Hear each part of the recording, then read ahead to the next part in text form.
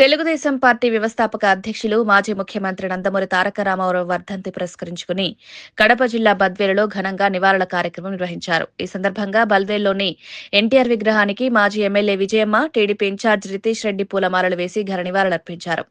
ఈ కార్యక్రమంలో AP IIC director Prasad Reddy, కూటమి ఎమ్మెల్యే అభ్యర్థి బొజ్జ రోషన్న పాల్గొని ఎన్టీఆర్ సేవలను స్మరించుకున్నారు. తెలుగు జాతి ఆత్మగౌరవాన్ని రాజకీయంగా నిలబెట్టిన యుగపురుషుడు ఎన్టీఆర్ అని చెప్పారు. పేద, బడుగు, బలహీన వర్గాల సంక్షేమమే లక్ష్యంగా పాలన సాగించిన నాయకుడిగా ఎన్టీఆర్ చరిత్రలో చిరస్థాయిగా నిలిచిపోయారన్నారు. ఈరోజు నివాళులు అర్పించడం జరిగింది. మనందరం ఎంత చెప్పుకున్నా తక్కువే ఆ నాయకుడి గురించి. ఎందుకంటే ఈరోజు భవిష్యత్తు కోసం మనందరం ఇక్కడ ఉన్న వాళ్ళందరం తెలుగు రాష్ట్రాలు విడిపోయినా ఈరోజు దేశ విదేశాల్లో ఎక్కడున్నా కానీ తెలుగు వాళ్ళ ఆత్మగౌరవం కానీ తెలుగు వాళ్ళు గుండె చప్పుడు అంటే అది ఎన్టీ రామారావు అనే మనం చెప్పుకోవచ్చు. ఆయన కేవలం రాజకీయ దురాంధ్రుడే కాకుండా ఈరోజు ఒక యుగ పురుషుడు. సంస్కృతి అనేక విభాగాల్లో మనం అందరం చూస్తే ఏ ఒక్క విభాగమైనా ఈరోజు ప్రజల గుండెల్లో ఉన్నాడంటే అది ఎన్టీ రామారావు అని చెప్పచ్చు.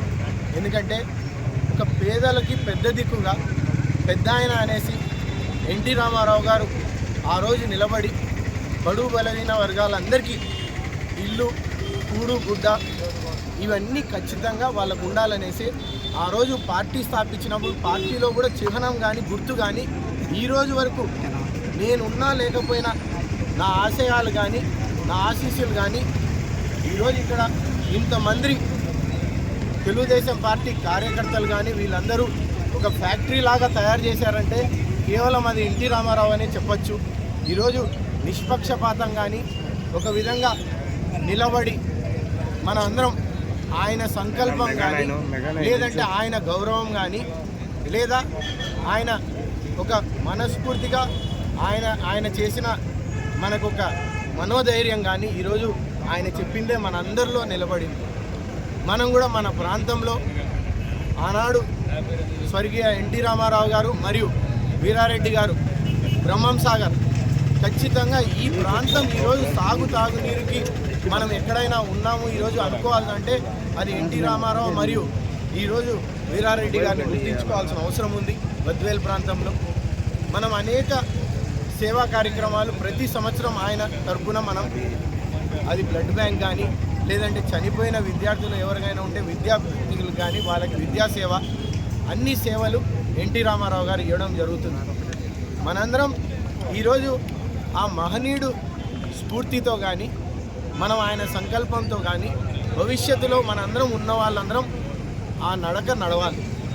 ఈరోజు ₹2 కేజీ బియ్యం కానీ మహిళలకి స్వయం ఉపాధి కానీ ఇల్లులు కానీ ఈరోజు మనం ఎక్కడైనా పోతే కాలనీల్లో కానీ ఎన్టీ రామారావు గారు కట్టించారయ్యా.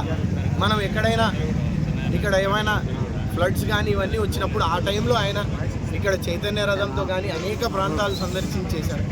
ఈరోజు కూడా ఆయన జ్ఞాపకార్థం మనం అన్నా క్యాంటీన్ అనేసి పేదవాళ్ళకి ఇప్పుడు కూడా అనేక రంగాల్లో కానీ ఎక్కడైనా మనం ఇస్తున్నాం.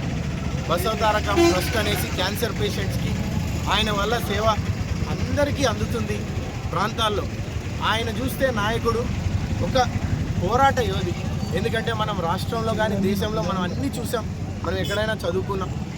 నాయకులు ఎక్కడైనా ఉన్నా కానీ ఆయన ఎవరినైనా చిరునవ్వుతో పలకరిస్తూ ఆయన సినిమాలు కానీ ఆయన పాటలు కానీ ఇప్పుడు కూడా మనందరం జ్ఞాపకార్థంగా అనుకుంటున్నాం. కాబట్టి ఆయన జ్ఞాపకార్థం మనందరం ఆయన స్ఫూర్తితో ముందుకు నడవాలనేసి మనందరం భావి భవిష్యత్తు పిల్లలు కానీ అందరికీ ఆయన గురించి ఆ మహనీయుడు సంకల్పం కానీ లేకపోతే ఆయన పట్టుదల కానీ మనందరం మనకు చాటి చెప్పుతూ మనం ఈరోజు ఆ మహనీయుడు నాయకుడికి ఘన నివాళులు అర్పిస్తూ అందరూ ఇంట్లో కానీ వాడవేడ కానీ అందరూ చెప్పుకోవాలి.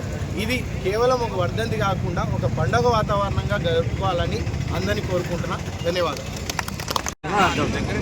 Okay madam. ఆంధ్రలో కాంగ్రెస్ ఆ రోజు ఆంధ్రలో అమ్మాయిని తాకట్టు పెట్టి ఢిల్లీలో తాకట్టు పెట్టి అయోమయ ప్రజలు ఇబ్బంది పడుతున్నారు. అన్న ఎన్టీ రామారావు గారు 30 వర్ధంతి సందర్భంగా ఈరోజు ఆయన ఘన నివాళులు ఆయన పట్టించుకోవాల్సిన అవసరం ఎంతైనా.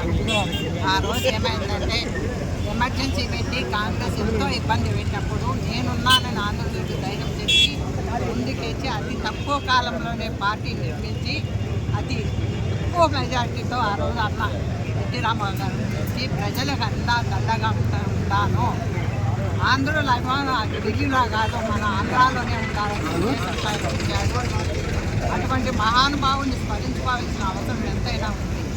ఎందుకంటే ఎంతో ఆ రోజు ఆయన పార్టీ పెట్టి పసుపు జెండా, పసుపు శుభసూచికము, పసుపు పక్కగా అందరూ ఉండాలనే ఉద్దేశంతో పసుపు జెండా పైన 3 గుర్తులు, కార్మికులు, కర్షకులు, ప్రజలకు గూడు, ఈ 3 గుర్తులతో జెండా నిర్మించి ముందుకు పోయి చాలా ప్రజలకు ఎంతో సేవ చేసినాడు. అటువంటి మహనీయులు మనం ఎంతో గుర్తించుకొని ముందుకు పోవాల్సిన అవసరం ఉంది. మహిళలకు చట్టసభల్లో అధికారం కల్పించడము, మహిళా రిజర్వేషన్ పెట్టడము, తర్వాత మండలి వ్యవస్థను స్థాపించడము, అన్ని మరి జనతా వస్త్రాలు పెట్టి ప్రజలకు కూడా అందరికీ అందుబాటులో తీసుకురావడము, 2 రూపాయలకే కిలో బియ్యం ఇవ్వడము, ఇవన్నీ చేసిన మహనీయుడు ఈరోజు ప్రజల గుండెల్లో ఉన్నాడు. ఆ రోజు మరి సినిమా కళారంగంలో కూడా ముందుకు పోయినాడు.